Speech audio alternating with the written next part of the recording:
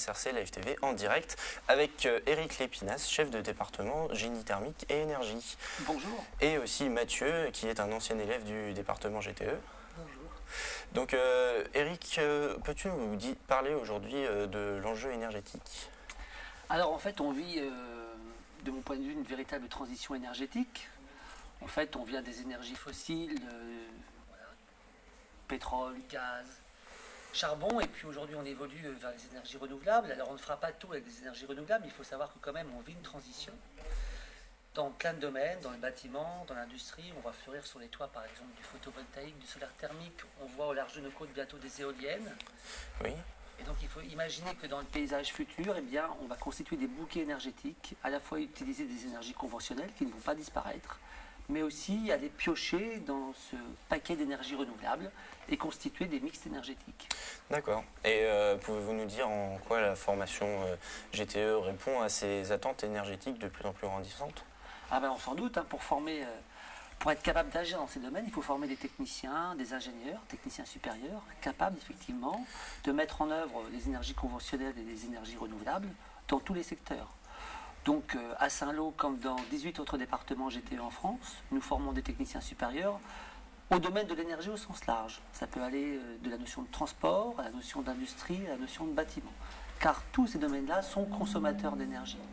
Donc notre travail, c'est de former des techniciens, ce qu'on appelle des sachants, qui demain pourront proposer des solutions alternatives à un industriel, à un bailleur social, à une collectivité. Comment faire demain pour avoir un usage équilibré d'énergie?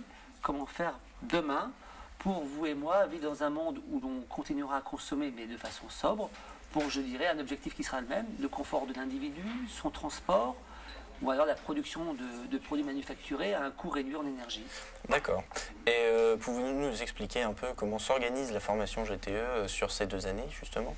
Alors, pour devenir technicien supérieur en GTE, on va d'abord recruter des bacs scientifiques ou des bacs STI. Aujourd'hui, STI 2D comme développement durable.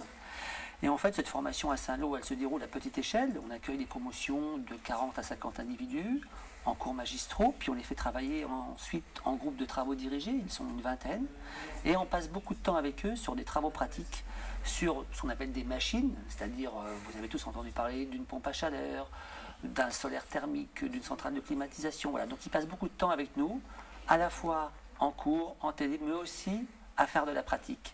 Donc la pratique, c'est le T de technologie ou de technique. D'accord. Et donc, un mot pour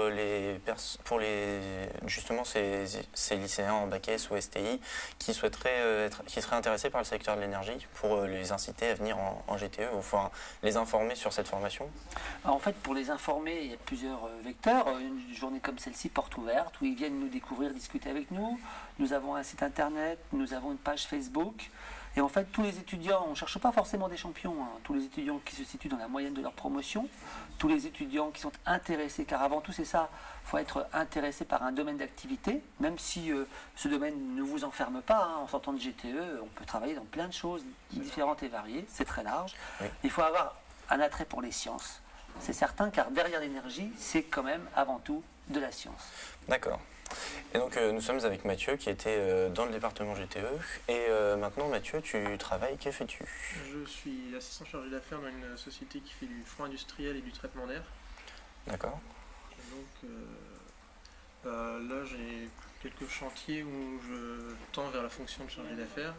Donc ça consiste à faire l'étude, gérer les gars sur le chantier, faire des devis aussi, proposer des solutions aux clients, voir ses besoins et lui proposer une solution adaptée.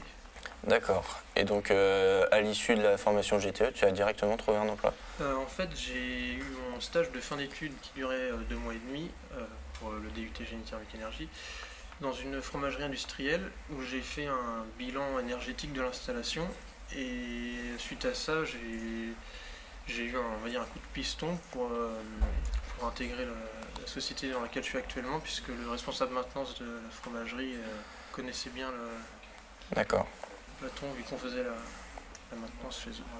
D'accord. Et donc qu'est-ce que tu pourrais dire aux personnes qui sont en GTE actuellement pour leur donner conseil pour trouver un emploi ou s'orienter par la suite? Il faut d'abord voir le domaine qu'ils préfèrent, puisque GTE c'est très large, il y a du chaud, du froid, du traitement d'air qui fait les deux aussi. Il y a beaucoup de choses et après faut savoir si on veut continuer les études ou pas.